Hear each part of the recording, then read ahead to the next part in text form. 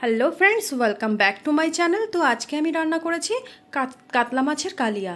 তো এই কাতলা মাছের কালিয়াটা আমি কিভাবে রান্না করেছি সেটা তোমাদের সাথে শেয়ার করছি। তোমরা প্লিজ দেখো, আর ভালো লাগলে আমার চ্যানেলটাকে অবশ্যই একটু সাবস্ক্রাইব করো।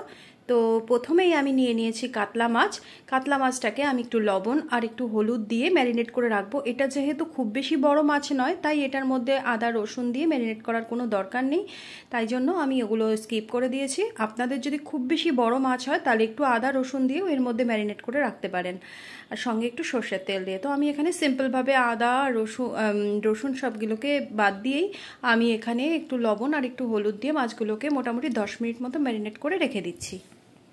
তো এটি রান্না করার জন্য আমি নিয়ে নিয়েছি পুরো দুটো পেঁয়াজ কুচো কুচো করে কেটে নিয়েছি। এটাকে আমি বেরেস্তা বানাবো। এদিকে নিয়েছি আমি একটা পেঁয়াজ 4 টুকরো করেছি, তার মধ্যে একটা রসুন নিয়েছি, 1 চামচ জিরে, 1 চামচ ধনে, আর তার সাথে আমি নিয়েছিলাম কিছু শুকনো লঙ্কা আর কিছু কাঁচা লঙ্কা। তো ওগুলোকে আমি মিক্সিতে পেস্ট করে নিয়ে আলাদা করে রেখে দিয়েছি। আর এদিকে কড়াইতে তেল গরম করে আমি এখানে মাছগুলোকে ভেজে নিচ্ছি।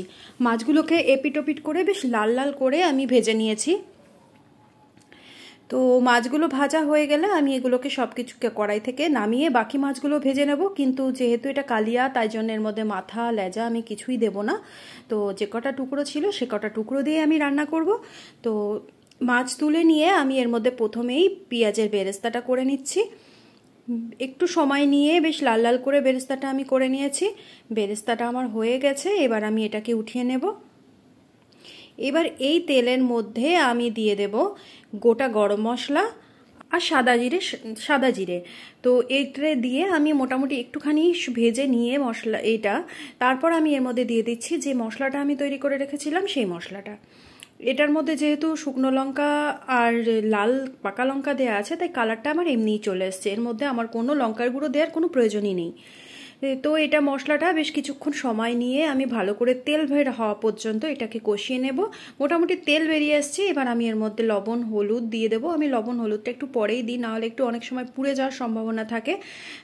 তো এটা দেওয়ার পর আমি এবার পাশে একটা টমেটোকে আমি মিক্সিতে পেস্ট করে রেখে দিয়েছিলাম, তো আমি সেই টমেটো পেস্টটাও এর মধ্যে দিয়ে দেবো।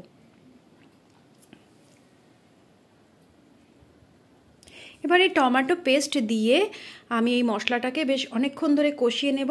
কষতে কষতে বেশ একটু সময় নিয়ে কষতে কষতে দেখা যাবে কিছুক্ষণ পরে বেশ পুরো তেলটা বেরিয়ে আসছে। তখন আমি এর মধ্যে ভালো করে ফেটিয়ে টক দই দিয়ে দিচ্ছি 3 বড় চামচ টক দই আমি এখানে দিয়েছি। মশলার যদি রান্নার পরিমাণ বেশি হয় তাহলে কিন্তু টক দইয়ের পরিমাণও বেড়ে যাবে। তো এখানে আমি 5-6 টুকরো মাছ, যেহেতু আমি বড় বড় 3 চামচ দই দিয়েই হয়ে গেছে। এবার মশলাটা দইয়ের সাথে খুব ভালো করে আমি কষিয়ে নিচ্ছি। বেশ সময় নিয়ে অনেকক্ষণ ধরে কষতে কষতে দেখুন ঠিক এই রকম একটা টেক্সচার চলে এসছে, যেটা কড়াই থেকে মশলাটা উঠে উঠে আসছে। এবার আমি এর মধ্যে দিয়ে দেব জল। আমি খুব বেশি একটু গাঢ় গাঢ় করবো যেহেতু, তার জন্য আমি জলটা একটু কমই দিয়েছি।